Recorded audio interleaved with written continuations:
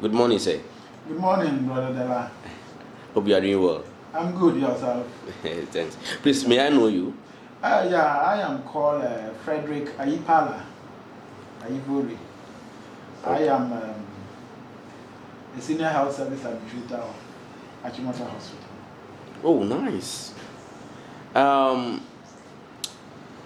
We all know that lack of hospital beds force hospitals to reject critical referrals. What are your takes on today's hospital bed donation by our honorable MP? Yeah, thank you for the question. I think before I give you my take, let me take the opportunity to thank our honorable MP, Honorable Teresa Ladi Awuni. Somebody I refer to as my own sister, because from day one with my encounter with her, she took me like a brother, and since then we have had a very cordial relationship. We discuss issues of interest, just not only about the hospital, but the community, her constituents, and then the rest of us. Once the hospital is found within her constituency, that's the organic of, there is an interest. And I remember some time back, she openly asked me how many chip zones we have in organic enough. I was able to profile it. And then she asked me, are the needs, because I want to bring something to my people in terms of healthcare. And that was done. Then it didn't take long. She tried to find out about the bed syndrome.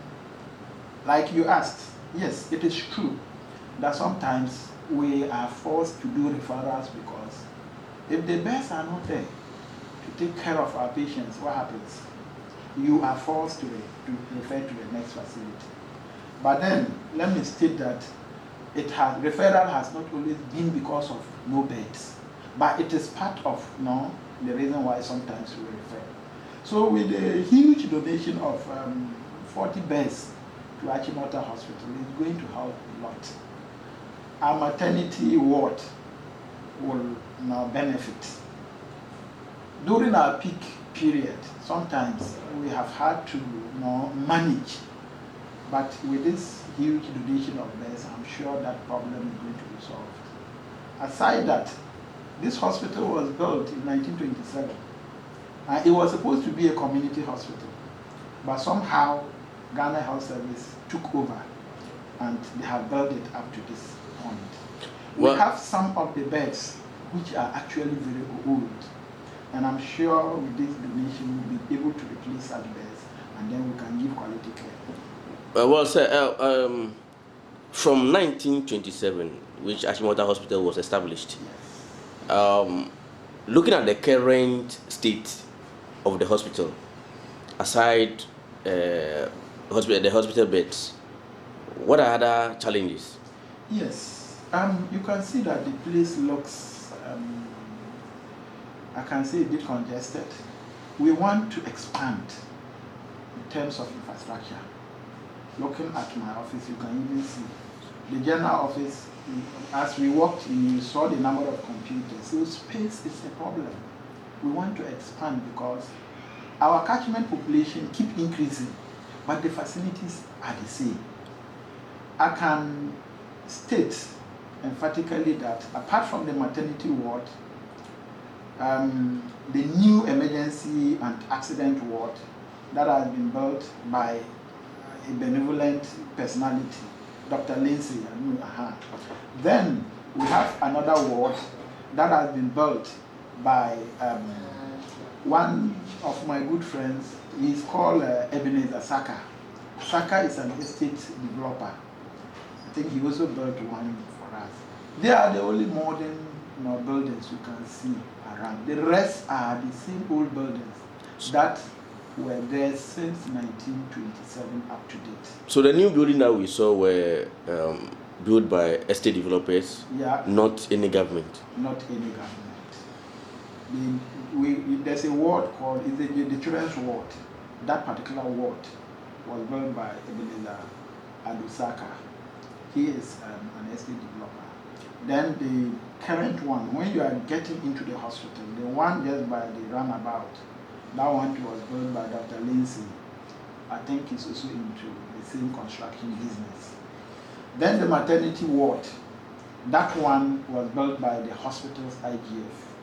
I think when they started it, I was still in school, so Apart from these ones, we also have our catering unit, our canteen. That one was also built by, I think, the then Member of Parliament, Honorable Inusa. Right, yeah. He built the catering, the kitchen for us. Okay. And currently that is where our people go to eat. And then when our patients come, they go there as well to also eat. These are the additional structures that I can point. Apart from that, the rest are, especially our consulting rooms, our OPD, our wards, ward 1 up to 5, they are the same old wards. Some of them we have been able to replace beds, others still the same old beds, and with this donation, it's going to put a smile on our faces as well as our patients. So it's something I can't thank careless. So currently the major problem of the hospital is beds.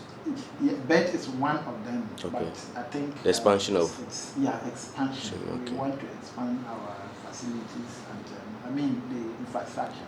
Okay. We want to. It's actually we are expanding. Okay. Aside that, I think this one I was going to meet my sister personally, then I'll put it across. Okay. Yes. Delivery bed. I think maybe when I get permission, I'll take you to the maternity, then you see. Okay. Mothers come in their numbers, but at the moment, just only one bed. So we need a delivery bed. Also, I want to appeal to the Honorable MP to provide us with an ambulance. In this hospital, we don't have an ambulance. What we do is to call on these private ambulance services. And I see it to be a kind of burden on our clients. If the hospital has its own ambulance, it will help to give quality healthcare to our people. So with this, I humbly want to put it before the MP that if only it is possible, aside the other things I have mentioned already, it should support us with an ambulance so that we can render quality services to our clients.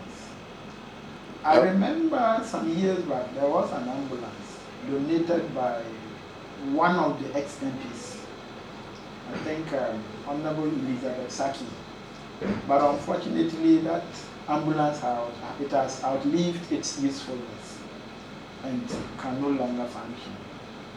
So with this, I believe Honorable Teresa, popularly called Ubana, because of her works, will look into it and then come to our aid. I believe the hospital is a government hospital. Government hospital. And is the government doing anything about both the ambulance and the improvement of the hospital? Yes, government is doing its part, and I think the one constituency one ambulance initiative by the government currently is what is in use. And if it is an ambulance for the entire constituency, ACHIMOTA Hospital cannot claim ownership of it as a hospital. So the appeal I'm making is for the hospital to have its own ambulance so that we can use the ambulance as and when it is required. The ACHIMOTA Hospital was built in purposely for it was a school. Yeah, for the school. Let me give you the history. Okay. ACHIMOTA Hospital actually was built in 1927, and it was built to just take care of the health needs of ACHIMOTA School and then the sister schools around. The sister schools include John Tay, St. John's, and basically that was it. But with time, authorities realized that other communities started accessing healthcare from here. So it was no longer a community school just for, a community hospital just for the schools. But there was the need to convert it to a full-fledged hospital. Then Ghana Health Service, I think in 1973, took control of it and started providing the logistics and then the personnel needed so that it could cover beyond the schools. And that's how ACHIMOTA Hospital started. And from that time up to date, it's been completely government owned. And therefore, in terms of the human resource, the logistics and all of that, the monitoring and supervision is being done by Ghana Health Service. And until, Okaikwe North was carved. And since we are within the premises of Okaikwe North as a municipal assembly, we can qualify the hospital as a municipal hospital. So as we speak, it's no longer a district hospital, but a municipal hospital. So that's the short history about ACHIMOTA Hospital. Okay, so thank you, sir. I believe that Honorable Teresa will work towards the providing of the ambulance, because it's very important for referral and also for emergencies. So how do you transport anybody who need to be referred to other places? Yeah, like I stated earlier on, if you are brought here and it is beyond our capacity, you see the reporting system is said that this is a district hospital. So if the case is beyond us, then we have to refer to a regional hospital.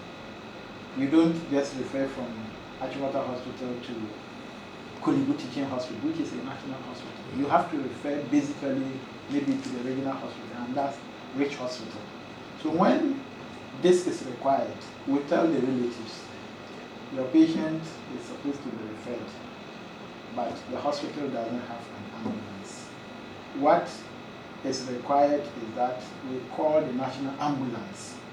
And because it is just one vehicle, there are times you call and maybe some other hospitals have booked it, or it's attending to some other emergencies. So if we are not able to get the national ambulance, then we tell the relatives to look out for a private hospital, a private ambulance. And because of this, we have been able to establish some rapport with La Paz Community Hospital, because they have an ambulance that is for a rental basis. So we try to call on them. And sometimes if the relatives have their own car too, they can transport the patient. So both private and government ambulance, who bear the cost? The patient? Yeah, if it is government, then the cost is borne by government. But sometimes I think it depends on whoever comes. But if it is private, it's purely private. They are into businesses. Yes. They are into profit making. So the patient bears the cost of the ambulance service. But the government, the hospital or government? It's government, not hospital. The government take care. Yes, that's the rationale behind the one ambulance, one constituency. Okay. Yes. Per our information, we learned any ambulance that come to any hospital, government, even government ambulance, their costs are 1.5. Some are 200. Is that true? Well, I cannot confirm that. Why? Because I don't work directly in the wards. Okay. You understand? But then, like I said, if it is private, they have their charges to take. They have their charges to take. With government, fuel is provided and the service is supposed to be free. Okay. So even if it is 1.5, 200, still is the government who is supposed to handle the cost? Like I said, if government ambulance is there, that cost doesn't come in. Okay. But if it is private, then once it is private, and the patient will have to bear the cost. Okay. It's just like the national health insurance. Okay. If you have an insurance and you come to the hospital, all the services that are covered by the insurance, once you have it and it is active, we give it to you at no cost. Okay. If you come in without an insurance, then you pay on table, cash and carry. It means whatever the service, cost of the service, you pay it from your own pocket. So I'm sure it's the same with the ambulance, the private people, not government, private people. Okay. Once they render the services, they will may charge. That's why I say I can't confirm the amount. Okay. But the charges, it is the patient who does. Okay. Yes. Thanks so much, boss. Thank you too for having me. Thank you. I'm so grateful. Thank you. Thank you.